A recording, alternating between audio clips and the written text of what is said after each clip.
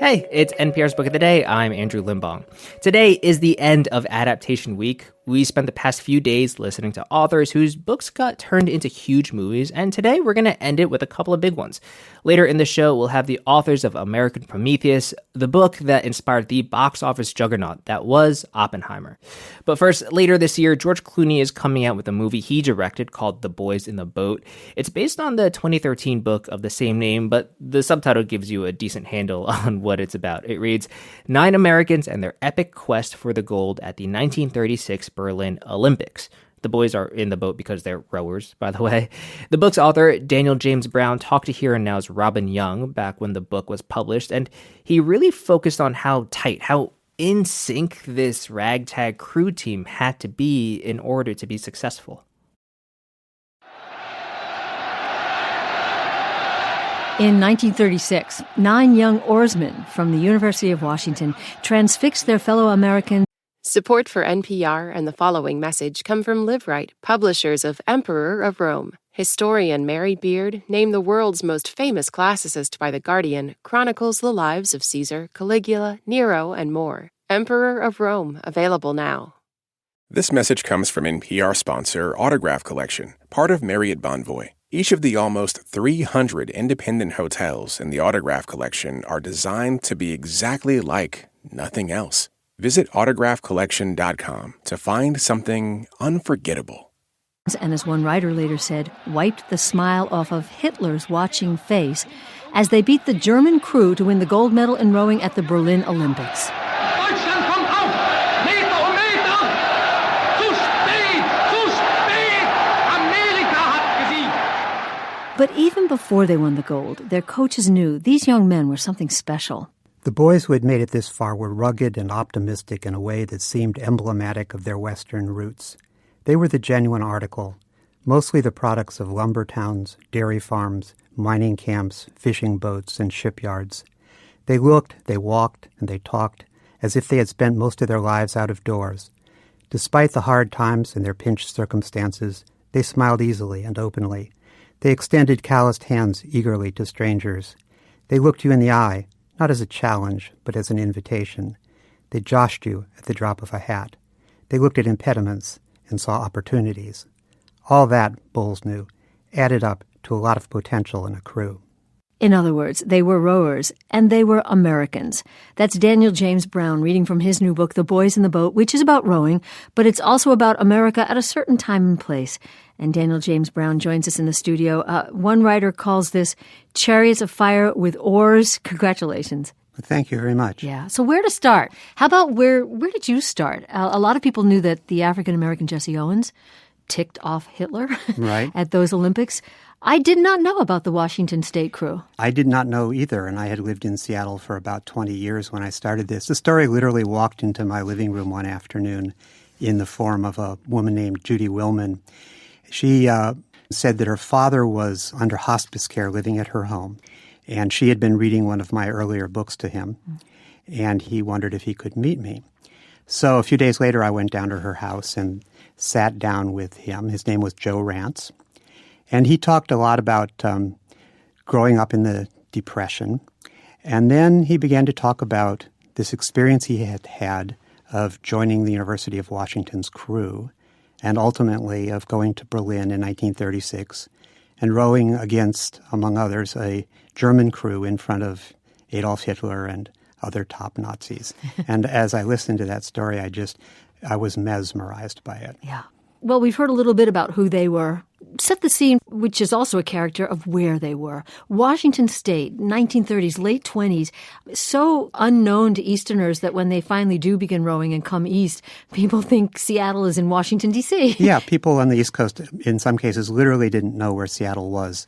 Seattle in the late 20s and early 30s was a pretty dark, dismal place where not much was happening. And Joe Rance becomes a metaphor for this time. His mother died when he was young. His stepmother didn't like him. She was an aspiring violinist Yes. and was living now in poverty with Joe's father, and they just left him. Yes, right in 1929, in the fall of 1929, Joe came home from school one day and found his whole family packed into a car with the car running. And his father told him that he was taking his new wife and the other kids and leaving, and Joe was not to come.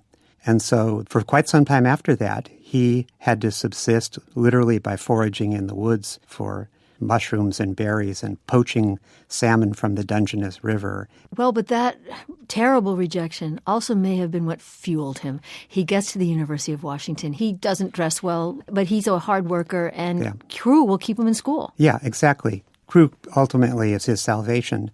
Because he had to depend on himself, he had nobody but himself to depend on. He became very independent, but he had a hard time trusting other people, understandably, after what had happened to him. And when he first joined the crew, he had trouble fitting in with the other boys in the boat. He had a hard time just opening himself up to other people or trusting other people. You can't have that in a skull. No. Crew is all about cooperation. I mean, it is, of all the sports that are out there, crew more than any other depends on a fine degree of mutual trust and mutual cooperation. The oars all have to enter the water at precisely the same moment. They have to be held at the same angle. The oars have to be pulled with the same amount of force. The crew really has to become one, melded together. How big a deal was Crew as a sport in the U.S. in the late 20s, 30s? We forget. Crew was, in fact, enormously popular in the 20s and 30s. Hundreds of thousands of people would turn out for a regatta. Oarsmen were sometimes featured on the cover of Saturday Evening Post and other major magazines. And so becoming an oarsman was a big deal. But what we see, though, through the prism of Crew is, again, this East-West divide. The East Coast was said to own the sport of crew. You've had Princeton and Harvard. How much of an upset was it that the University of Washington began beating these Ivy League schools with this ragtag team of what people all assumed they were lumberjacks? Right. It was a big deal. It was not a terrible surprise to the people from the West, I think, but it was a terrible surprise to the people from the East. These kids from the West coming in and suddenly beating schools that had had rowing programs for decades and decades. Nobody at the University of Washington had ever held an oar in his hand before he turned up at the crew house. Many of the kids rowing for the Eastern universities had rowed at least since high school age. Well, and there was a little bit of dirty business because they win the Olympic trials, and suddenly the Rowing Association says to them, well, you have to pay your way. Right. What happened was a number of the sports writers from Seattle, within an hour of that, began making phone calls back to Seattle, and phones started ringing off the hook all over Seattle all that night. Suddenly we're in Boys in the Boat, the musical on Broadway. Exactly. Because people are running around collecting pennies. Exactly. By the next morning, there were people on the street corners with cups collecting pennies and nickels and quarters. They sold little paper tags for $0.25 apiece to raise funds to send the crew to Berlin. And within 2 days, they had amassed $5,000, which during the Depression was an extraordinary amount of money. And the boys from Washington were good to go. The Olympics was Hitler's pre-war chance to whitewash his true agenda. His friend, Leni Riefenstahl, then airbrushed the games further in her propaganda film, Olympia.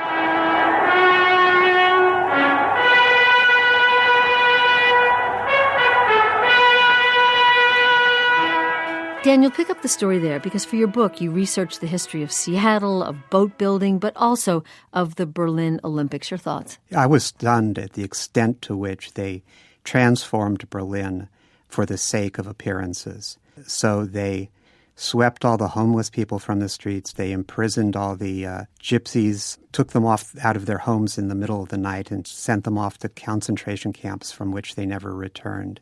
They really transformed it into sort of a movie set for this fantasy version of the Third Reich that they created. Well, and onto this stage comes the 9 boys from the University of Washington, gawking at everything they're seeing. Yeah. I mean, they're out of the country for the first time. We know who wins. Right. But yet, as you tell this story, we don't think they're going to win. How high were these stakes in this race? The stakes were enormously high. I mean, they were representing the United States of America. And when you look back at it in the historical context, they were really representing a set of values that we still cherish today, opposed to a set of values that we, I think, universally despise. It's hard not to see it literally as a conflict between good and evil. The American crew, these guys were, I've come to know each of them even though most of them had passed away by the time I started, by talking to their families. And these were 9 very nice young men, open-hearted, eager, pleasant young men. And they came up against the cynicism of the Nazi regime. That's part of what makes that gold medal race so compelling. It also just happened to be one heck of a race. Unbelievable. The Americans got off to a terrible start. They and the British were assigned the 2 outermost lanes, which meant they had to row into the face of a stiff headwind. The German and Italian boats, the 2 fascist states, were assigned the 2 innermost lanes, which were very much protected. So they started off with terrible handicaps. They missed the starting signal, so they got off. Nobody could hear it. No, they couldn't hear it. The wind carried it away. Plus, the starting signal was in French, and it's not entirely clear that any of them understood it. Their stroke oar, the fellow who sets the rhythm of the boat, the most critical oar in the boat, Don Hume, had been sick in bed for days leading up to the race, and they literally got him out of bed, put him in the boat, and asked him to row. Yeah. But they had another weapon, the coxswain. They had Bobby Mock. Small but smart. Yeah, and pugnacious.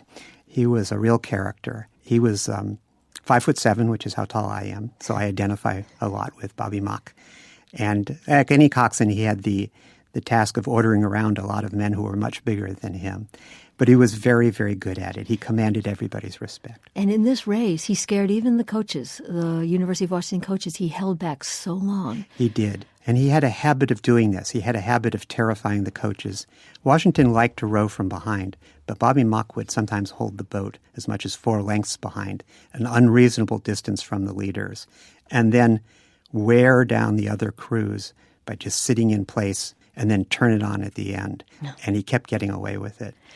So Bobby Mock, with his megaphone on his mouth, is guiding these 8 rowers in front of him, holding them back, and we're holding our breath. How can they possibly win? For a time, they can't even hear anything because of the Heil, because right. of the Nazis who yes. are cheering on the Germans. As they come into the last couple hundred meters of the race, the Americans, the way they were positioned, rode right in under the stands where a good part of the 70,000 German fans were seated or were on their feet, cheering Deutschland, Deutschland, Deutschland. And so the roar of this chant overwhelmed them, and the other boys in the boat couldn't even hear Bobby Mock at that point. And so they're rowing in this sea of sound and just rowing on sheer guts at that point. Yeah. They win. Right under Hitler's nose, they win by 0.6 of a second. Yeah. Quite something. But they kind of went back to, they went to the University of Washington, so they became engineers. They became part of Boeing. They lived the lives that many of their parents couldn't have imagined yes. because of the poverty of the Depression. Yes. But never the accolades.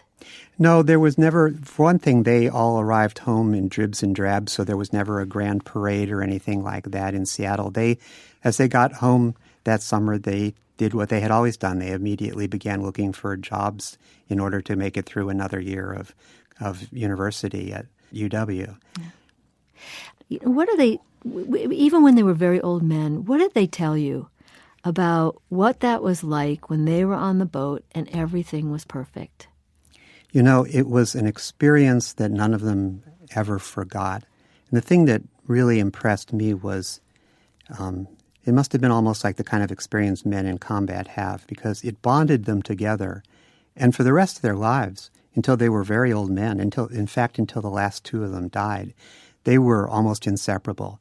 Every year they rowed, every 10 years rather, they rowed an anniversary race on Lake Washington in front of news cameras. Their families became like one family. When there were only 2 of them left, Joe Rance and Roger Morris, they were both very old men at this point. Joe and Roger would get on the phone and sometimes sit for an hour or 2 hours and say almost nothing to each other. They just needed to be together, remembering that perfect thing that they had once been. What are you hearing from people in Seattle and in Washington State? We had a wonderful evening the other night in a bookstore we had in Seattle to launch the book. Part of what was gratifying for me is that probably 100 of those people were relatives of these 9 boys, descendants or whatever of these 9 boys. And they are so excited to have this story finally be told because all 9 of these families have nurtured this story for 75 years now, hoping it would somehow get told. And so they are very, very excited about the book. Well, they should be. The book is The Boys in the Boat, 9 Americans in their epic quest for gold at the 1936 Berlin Olympics. Just a terrific read. Daniel James Brown, thanks so much. Thanks for having me. This message comes from NPR sponsor BetterHelp. Do you ever feel like you know what you should do, but your brain gets in the way? Therapy can help you figure out what's holding you back. Visit BetterHelp.com/NPR today to get 10% off your first month. This message comes from NPR sponsor Salesforce. Salesforce is all about asking more of AI. Questions like, where is the data going? Is it private? Is it secure? Is it ready to use now? How about now? And if not now, when and how? Get answers you can trust from Salesforce at askmoreofai.com. This message comes from NPR sponsor State Farm. What if your life story was a new podcast series? Would it be a comedy, an action-packed thrill ride? No matter which genre, State Farm is there for your what-ifs, which means they help keep your life story from becoming a mystery. You can reach them 24/7, file a claim on the State Farm mobile app, or simply call your agent to ask what's on your mind. It's how insurance plays a supporting role no matter your story. Like a good neighbor, State Farm is there. Call or go to statefarm.com for a quote today. We, as a country, sure do love stories about us beating Germany in World War II, whether it's beating them at crew, like in Boys in the Boat, or beating them at achieving a weapon of mass destruction. But that isn't the only thing that makes the J. Robert Oppenheimer story so compelling. It's that he was so racked internally about creating a thing that could end the world. Kai Bird and Martin J. Sherwin published their Oppenheimer biography, American Prometheus, in 2005. It was immediately optioned by director Sam Mendes, but then bounced around Hollywood, finally landing in Christopher Nolan's hands. But NPR's Frank Stasio spoke with Bird and Sherwin when the book came out, and you can hear them talk both tenderly and critically about their subject. It's a testament to how truly deeply they got to know him for all his paradoxes. J. Robert Oppenheimer first fell in love with the New Mexico desert as a teenager. His memories moved him to poetry years later. It included these verses, "In the dry hills down by the river, half withered, we had the hot winds against us." He would return to that desert in the flower of his career to manage the Manhattan Project and design a bomb that would generate the most destructive hot wind human hands could make. Authors Kai Bird and Martin Sherwin have written a new biography of Oppenheimer that takes a comprehensive look at a complex genius, one who one friend described as a maddening bundle of contradictions. Oppenheimer was born into a well-to-do German-Jewish family in New York City. After graduating from Harvard, he quickly distinguished himself as one of the world's leading researchers in the field of quantum physics. At the same time, he became associated with various progressive causes and the Communist Party. That, and complicated love life, would lead to the destruction of his career at the height of the American anti-communist hysteria in the 1950s. American Prometheus, The Triumph and Tragedy of J. Robert Oppenheimer is the book. Its authors are my guests. Kai Bird has written and co-authored many books, including Hiroshima's Shadow, Writings on the Denial of History, and the Smithsonian Controversy. And Martin J. Sherwin is the Walter S. Dickinson Professor of English and American History at Tufts University. He's the author of A World Destroyed, Hiroshima and Its Legacies, and they join us now from the studios of member station KQED in California. Thank you both for being with us. Thank you. Thank you, Frank. Glad to be here. Well, Martin, let me start with you. You've written about a man, you and Kai have written about a man who managed the project that gave us the bomb and then was chopped to pieces for daring to imagine world peace. A very complex figure. A very complex figure in very complex times, from the Great Depression through World War II through the McCarthy era. There's a speech, and I want to hear a little piece of that right now, that Oppenheimer gave shortly after the bombings of Hiroshima and Nagasaki, talking about the possibilities that this opened, possibilities for world peace. If I return so insistently to the magnitude of the peril, not only to science, but to our civilization, it is because I see in that our one great hope. As a further argument against war, like arguments that have always and increasingly existed, that have grown with the gradual growth of modern technology, it is not unique. As a further matter requiring international consideration, like all other matters that so require it, it is not unique, but is a vast threat, and a new one, to all the peoples of the earth by its novelty, its terror, its strangely Promethean quality. It has become, in the eyes of many of us, a unique opportunity. An opportunity. Several months after the bombings of Hiroshima and Nagasaki, this is how Oppenheimer sees it. He presents this possibility to Truman, and Truman doesn't see it that way. I think that the bomb as peacemaker, which is really what Oppenheimer was talking about there, was a rationalization, but it was really a necessary rationalization. Since the bomb existed, the question was, how could this possibly be used for good? What positive result could come out of such a devastating weapon? And the scientists, led by Oppenheimer and Niels Bohr, believed that because the bomb was so terrible, perhaps the nations of the world would be willing to sacrifice a certain amount of sovereignty to bring themselves together in a condominium of some sort to protect the world from a nuclear arms race. That was the great dream and the great possibility after the war, and of course that never was realized. Part of this vision, too, included not proceeding with the hydrogen bomb, much more devastating than the atomic bomb that they developed at Los Alamos, and sharing the technology with the world so that the world would be on an even footing. And this is what Truman reacted to and called him sort of hand-wringing. I don't know, it really made it out to be someone who he had no respect for, and said that this is some kind of hand-wringing. He called him a crybaby scientist. Yeah.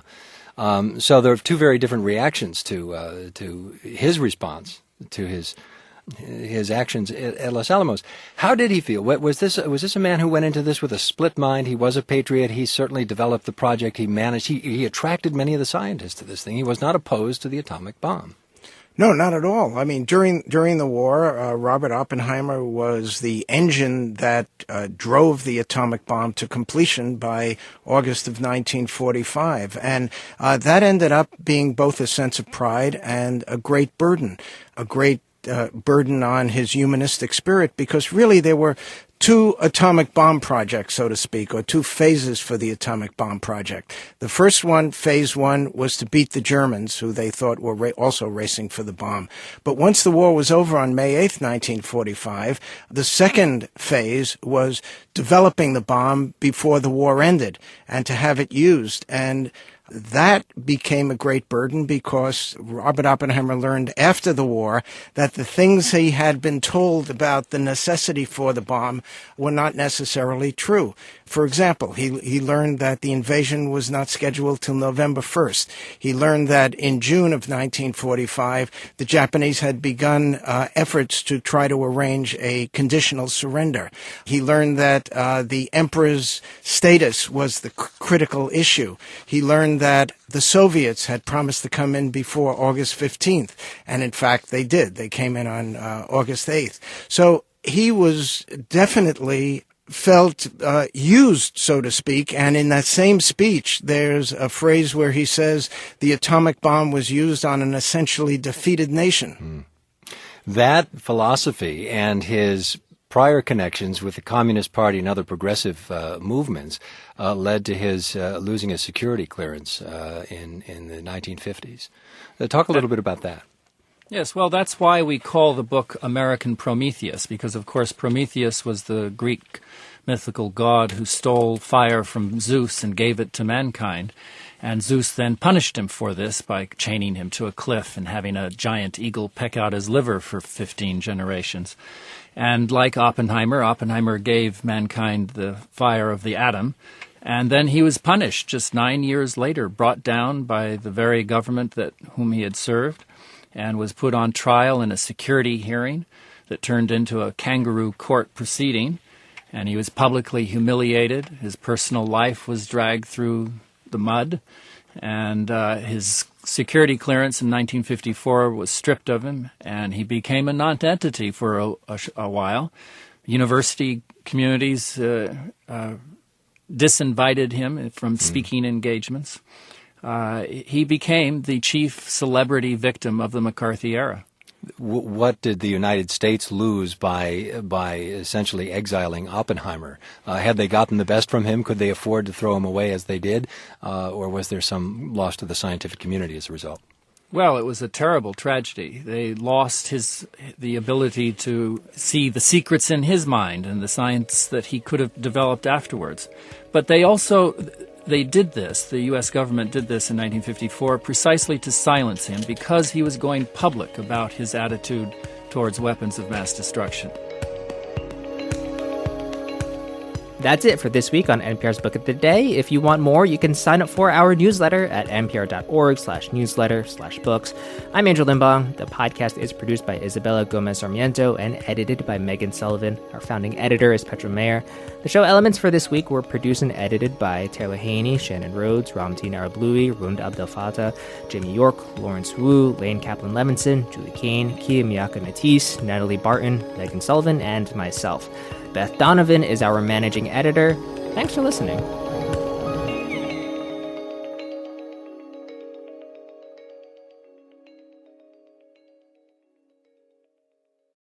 Up First achieves the rare 1-2 punches of being short and thorough, national and international, fact-based and personable.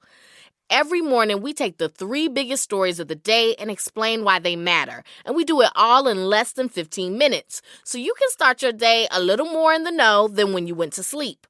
Listen now to the Up First podcast from NPR. This message comes from NPR sponsor Citi. They're not an airline, but their network connects global businesses in nearly 160 local markets. With over 2 centuries of experience, they're not just any bank. They are Citi. More at citi.com/weareciti. Support for NPR and the following message come from Sattva. Sattva luxury mattresses are every bit as elegant as the most expensive brands, but because they're sold online, they're about half the price. Visit SAATVA.com/NPR and save an additional $200.